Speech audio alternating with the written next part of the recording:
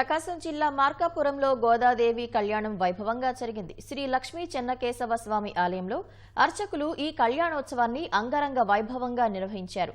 భోగి పండుగ నాడు ఈ గోదాదేవి కళ్యాణం నిర్వహించుకోవటం ఆనవాయితీగా వస్తోంది. కళ్యాణోత్సవాన్ని వీక్షించేందుకు భక్తులు పెద్ద ఎత్తున తరలివచ్చారు.